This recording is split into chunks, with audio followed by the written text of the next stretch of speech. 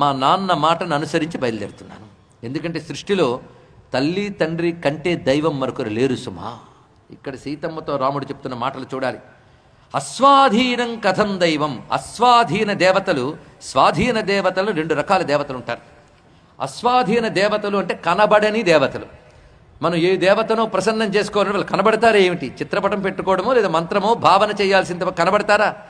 వాళ్ళని కనబడిన వాళ్ళని ప్రసన్నం చేసుకోవడం కష్టం, వాళ్ళ అనుగ్రహం పొందడం కష్టం.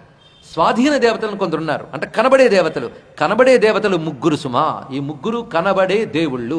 వాళ్ళ ముగ్గురిని విడిచిపెట్టి ఇంకెవరో దేవుడు అనుకుని వెళ్ళేవాడిని ఏ దేవుడు కాపాడడు.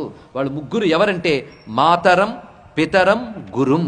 తల్లి, తండ్రి, గురువు. వీరు ముగ్గురు కనబడే దేవుళ్ళు, స్వాధీన దేవుళ్ళు. ఇది కేవలం తల్లిదండ్రుల మాట వినము, తల్లిదండ్రులను ప్రేమించమని చెప్పడమే కాదండి. దీని వెనకాల ఒక అద్భుతమైన రహస్యం ఉంది. తెలుసుకోగలిగితే చాలా సంతోషం. తల్లిదండ్రులపై భక్తి కలిగి వాళ్ళని దైవంగా భావించినట్లయితే మన జాతకాల్లో మార్పులు వస్తాయి, ఇందులో సందేహం లేదు. గుజరాత్లో ఒక సంఘటన జరిగింది. ఒక పెద్ద జ్యోతిష్ శాస్త్రవేత్త ఉన్నాడు.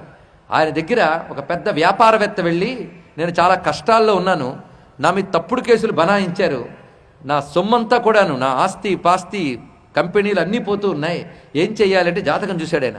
భయంకరంగా ఉందయ్యా నీ గ్రహదోషాలు, ముందు మీ అమ్మగారు ఎక్కడున్నారో చెప్పు అన్నారు. మా అమ్మగారు ప్రస్తుతం ఢిల్లీలో మరొక తమ్ముడి దగ్గర ఉన్నారండి అని. వెంటనే ఫ్లైట్ వేసుకుని ఢిల్లీ వెళ్ళి మీ అమ్మగారు కాళ్ళు కడిగా నీళ్లు జల్లుకో చెప్పిన వెంటనే అతను వెళ్ళి వాళ్ళ అమ్మ కాళ్ళు కడిగి నీళ్లు జల్లుకున్నాడు. తిరిగి వచ్చేటప్పటికల్లా ఆశ్చర్యంగా అతని మీద చేసిన ఆరోపణలన్నీ కేవలం అపోహలు మాత్రమే రుజువయ్యి అతను శుద్ధంగా బయటపడ్డాడు. అతని సంపద అంతా కాపాడబడింది. తెలుసుకోండి, ఇక్కడ తల్లిదండ్రులపై ఉన్న భక్తి అంత గొప్పది. అందుకే తల్లిదండ్రుల్ని సేవించడం అనేది చాలా గొప్ప విషయం. తల్లి, తండ్రి, గురువు వీళ్ళ సేవ కేవలం ఒక శుశ్రూష కాదు, అది మన జీవితాలను మార్చగలదు. చేసినప్పుడు కష్టం అనిపిస్తుంది, కానీ నువ్వు ఎన్నో కష్టాలు పడకుండా చిన్న కష్టం దాటిస్తుంది. అది తెలుసుకోవాలి ఇక్కడ, అంత గొప్పది. అందుకే రాముడు చెప్తున్న ఈ మాట వేద ధర్మం. మాతృదేవో భవ, పితృదేవో భవ, ఆచార్య దేవో భవ. ఈ మూడు మాటలు వేద సంస్కృతి, వేద ధర్మమే రాముడు చెప్తున్నాడు ఇది. అందుకే రామాయణం చదివితే వేరే వేదాలక్కర్లేదని చెప్పుకున్నది. అందుకే మాతరం, పితరం, గురుం స్వాధీనం. వీళ్ళని స్వాధీన దేవతలు అంటారు. అసలు ఈ త్రయం వీళ్ళే వేదత్రయం, వీళ్ళే దేవతాత్రయం. దేవతాత్రయం అంటే బ్రహ్మ, విష్ణు, రుద్రులు.